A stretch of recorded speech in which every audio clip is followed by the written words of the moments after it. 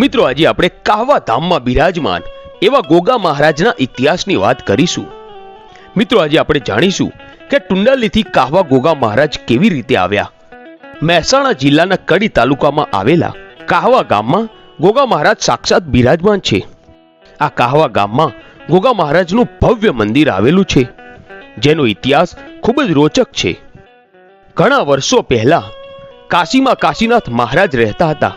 તેઓ ગુફાની અંદર રહીને અઘોરી જીવન જીવતા અને તપસ્યામાં લીન રહેતા. સમય પસાર થતા એવામાં એક દિવસ તેમણે વિચાર્યું કે અઘોરી સાધુઓની જમાત લઈને આ જગતમાં ભ્રમણ કરું અને કોઈ પવિત્ર જગ્યા મળે તો ત્યાં મઢી બાંધીને તપસ્યા કરવી છે. આમ કાશીનાથ મહારાજ નાગા સાધુઓની જમાત લઈને ફરતા ફરતા જમનાપુરની ઝાડીમાં પહોંચ્યા. ત્યાં શેષ નાગનો વસવાટ હતો અને આવી પવિત્ર જગ્યા જોઈને કાશીનાથ મહારાજે ત્યાં જ મઢી બાંધીને ધૂણી ધખાવી. થોડા દિવસો પછી તેમણે વિચાર્યું કે આવી પવિત્ર ભૂમિમાં ગોગા મહારાજનો વસવાટ છે. જો કોઈ સત્કર્મવાળો રબારી મળી જાય તો એને ગોગા મહારાજનો પરચો બતાવીને તેને ગોગો પૂજવા આપી દઉં. એ વખતમાં બાજુમાં આવેલા ટુંડાલી ગામમાં રેવા ભલા નામનો ઓજાણા શાખનો રબારી રહેતો હતો. તે ઊંટ રાખતા હતા. હવે એક દિવસ રેવા ભલા તેની બધી વાંઢો ચરાવતો ચરાવતો જમનાપુરની ઝાડીમાં જોગીની મઢી પાસે આવ્યો. જોગી મહારાજ મઢીમાંથી બહાર આવ્યા અને આ રબારીને પરચો આપવાનું વિચાર્યું અને એને કહ્યું કે મને દૂધ પીવડાવો, અને એ પણ પેલી કુંવારી વાંઢનું. રેવા ભલાએ કહ્યું, આ તો કુંવારી વાંઢ છે, આને દૂધ કેવી રીતે આવશે? જોગી મહારાજે કહ્યું કે તમે એકવાર દેઘડું લઈને દોવાનું તો ચાલુ કરો. રેવા ભલાએ કુંવારી વાંઢને બોલાવીને દેઘડું લઈને દોવા બેઠા. પહેલી 4 શેર પાણી આવ્યું અને પછી દૂધની શેરો પડવા લાગી. આમ તે દિવસે રેવા ભલાએ જોગી બાવાને કુંવારી વાંઢનું દૂધ પાયું. ત્યારથી રેવા ભલાને જોગીની ભક્તિની લગ્ની લાગી ગઈ. પછી તો રોજ સવારે રેવા ભલા દેઘડું ભરીને આ જોગીને દૂધ પીવડાવવા આવે. સમય વીતતા એક દિવસ રેવા ભલાના દીકરાઓને થયું કે લાવને જોઈએ કે રોજ બાપુ દૂધ લઈને કોને આપવા જાય છે.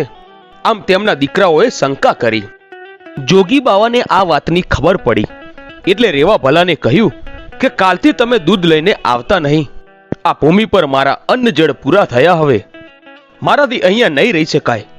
એટલું કહી જોગી બાવા ચાલી નીકળ્યા અને ચાલતા ચાલતા જોગી મુદરડા ગામ આવ્યા અને ત્યાં ધૂણી ધખાવી. હાલમાં મુદરડા ગામમાં આ જોગી બાવા પૂજાય છે. આ બાજુ રેવા ભલાને જોગી સાથે લગ્ની લાગેલી એટલે એણે વિચાર્યું કે જોગી ગમે ત્યાં હોય, મારે એમને દૂધ પાવું છે. આમ કરતા કરતા સમય વીતવા લાગ્યો. એક દિવસ રેવા ભલાએ જોગીને મળવાનો વિચાર કર્યો.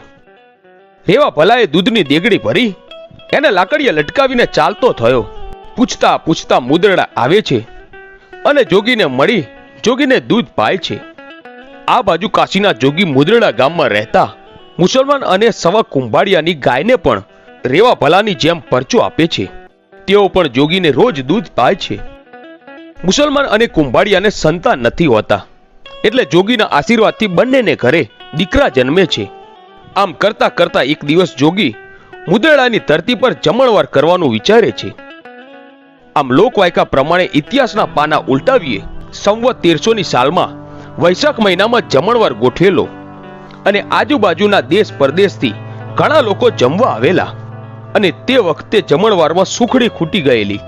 આ વાત કાશીનાથ જોગીને ખબર પડી એટલે બાપુએ કહ્યું કે મંદિરની બાજુમાં જે જમીન પડી છે એ જમીનમાં પાણી નાખો અને પાવડાથી ઉખાડીને પતરાળામાં ભરો અને આ પતરાળામાં નાખશો એટલે એની સુખડી બનશે.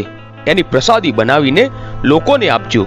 તે દિવસે જોગી બાવાના કહ્યા પ્રમાણે ગામ લોકોએ કર્યું અને બાજુની જમીનમાં ખાડો કરીને એમાં પાણી નાખીને પાવડાથી ખોપીને પતરાળામાં નાખતા જ સુખડી બની ગઈ હતી.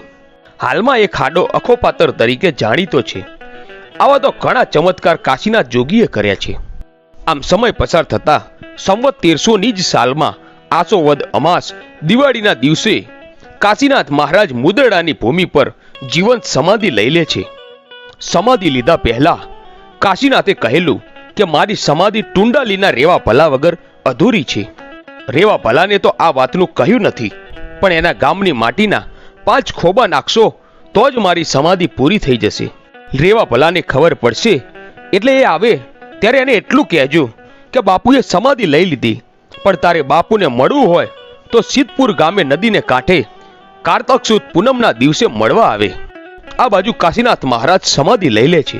આ બાજુ ટુંડાલીમાં રેવા ભલાને જાણ થતા કારતક સુદ પૂનમના દિવસે ખભે લાકડી લઈને છેડે દૂધનું દેઘડું ભરીને સિદ્ધપુર આવે છે અને પરોળીએ 4 વાગે કાશીનાથ મહારાજ રેવા ભલાને મળવા સન્મુખ આવેલા. જોગીએ પ્રસન્ન થઈને એક નાગનો કરંડિયો અને અખોપાત્ર આપ્યા અને કહ્યું કે આ અખોપાત્રથી તારા ઘરે ખાવાનું ક્યારેય ખૂટશે નહીં, પણ ધ્યાન રાખજે, તું જ્યાં કરંડિયો મૂકીશ ત્યાં ગોગાના બેસણા થશે. અને ટુંડાલી પહોંચીને 5 કુવાસી બોલાવી કરંડિયાની પૂજા કરીને કરંડિયો ખોલજે, હું તારા ટુંડાલીના રાફડામાં જતો રહીશ. આટલું કહી રેવા ભલા ચાલતો થયો. ગોગાને જગતમાં ક્યાંક બેસણા કરવા હશે એટલે વચ્ચે દાહોદ આવતા રેવા ભલા આરામ કરવા બેસે છે અને ત્યાં દાહોદમાં ગોગાએ બેસણા કર્યા. પછી રેવા ભલા ટુંડાલી પહોંચ્યા અને ગોગા મહારાજે ટુંડાલીમાં બેસણા કર્યા અને રેવા ભલાને કોઠે ગોગા મહારાજ ધૂણવા આવ્યા. થોડા વર્ષો વીત્યા પછી તેમના વંશજો ઉચાળો લઈને કાછવા રહેવા માટે ગયા.